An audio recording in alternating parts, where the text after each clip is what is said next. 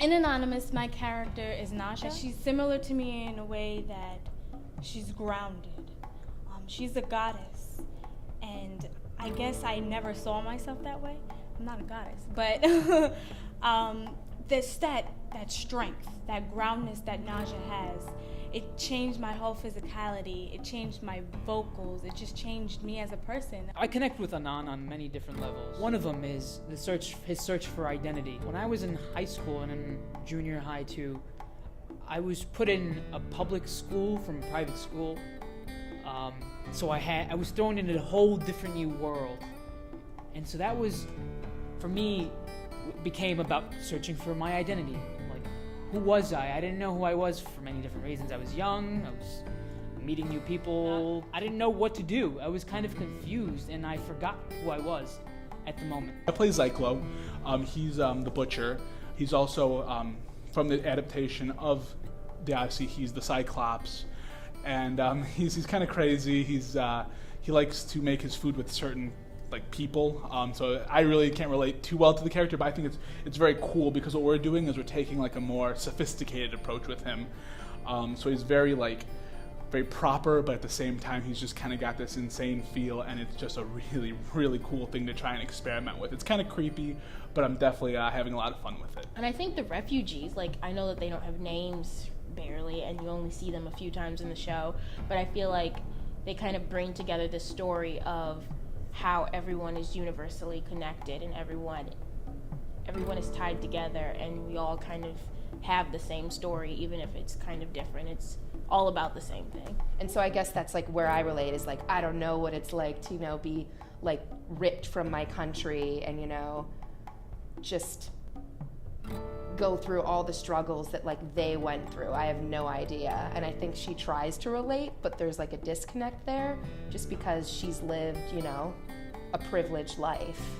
She sort of wandering through her present and past, I think, and the strength as a woman, it's something that I can really use from my great aunt, that she needs to remember she is a woman as well as a mother. I relate him a lot to my father, and that's not personally relating to me, but because I think about him so much parallel to my father, it makes me kind of feel like I just feel more comfortable in the role, because he has little things that I'm seeing I'm doing that my father does, and I'm doing it through Ali. I think Callista is really interesting because she's this commentary on that sort of vapid, shallow American, selfish culture that I feel like a lot of people don't really realize, and there are some people out there that are very limited in their views. They're not open to exposing themselves to other cultures or other foods or anything, and they think it's sort of American supremacy thing. So I really hope that if anyone in the audience is like that, they can relate to her too and kind of, maybe change that vision about themselves and open themselves up to different things. Pascal's kind of, he's a character that is, he's a warrior. He's always fighting to survive no matter what. I've definitely struggled with a lot of things coming from the Middle East, kind of straight to America. It was a bit of a culture shock, certainly, and adapting to every tiny little thing that that everyone my age already knew was hard, and then keeping up with stuff like that, and then trying to keep a sense of myself and my culture at the same time is also hard. She's this goddess, and she has this role to protect, to nurture, and to oversee.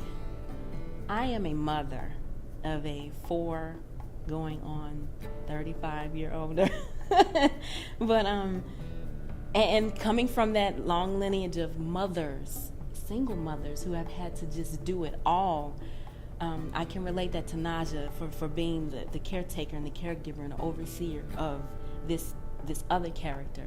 I relate that so much because I see myself as being that. I am that to my daughter.